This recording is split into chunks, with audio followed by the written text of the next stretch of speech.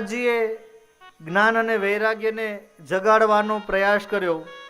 ઘણા કાનમાં મંત્રો બોલ્યા, વેદોના ઋચાઓ બોલ્યા, ઉપનિષદોના શ્લોકો બોલ્યા.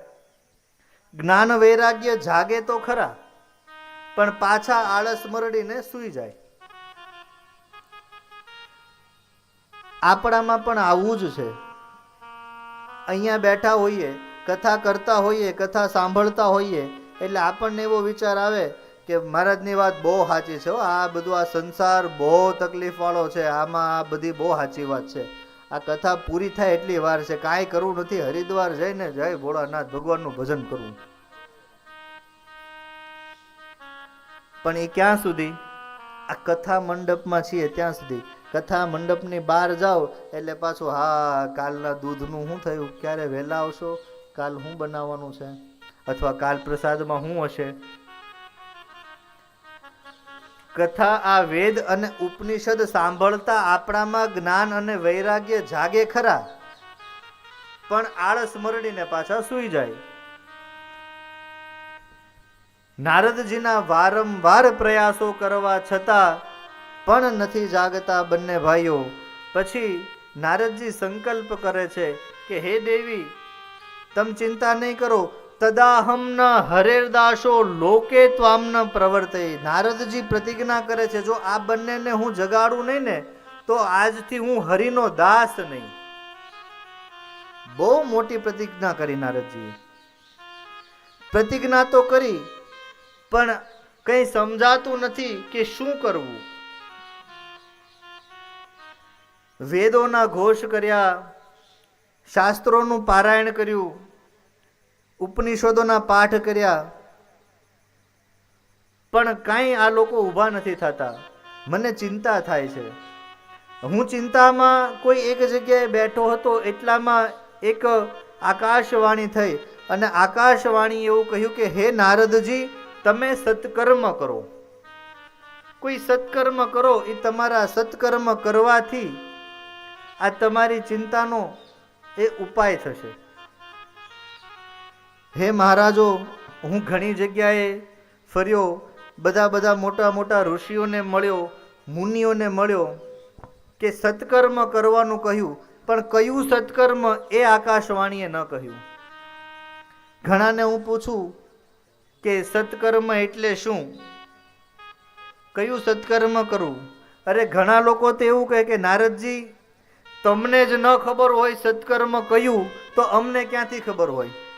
તમારી જેટલા કોઈ ભગવાનની નજીક નથી, તમારી જેવા કોઈ શ્રોતા નથી, ભગવાનનું ભજન કરો છો, યજન કરો છો, કીર્તન કરો છો, તમારાથી વિશેષ તો અમને ક્યાંથી ખબર હોય?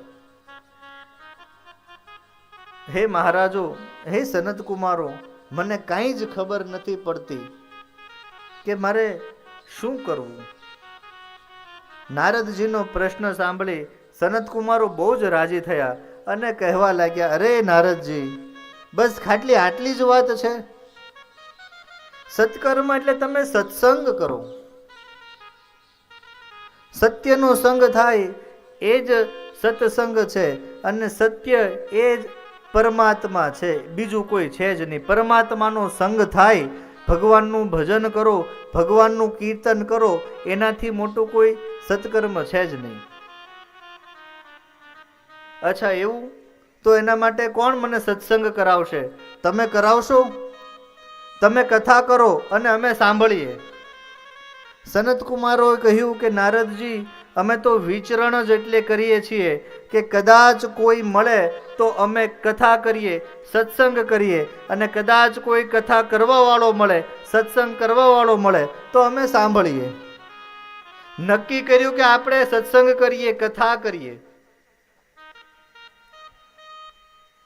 નારદજી કથા કરવાનું નક્કી કરે છે. સંકલ્પ કરે, જ્ઞાન યજ્ઞમ કરિષ્યામિ શુક શાસ્ત્ર કથોજ્વલમ ભક્તિ જ્ઞાન વિરાગાણમ સ્નાપનાર્થ પ્રયત્નતઃ.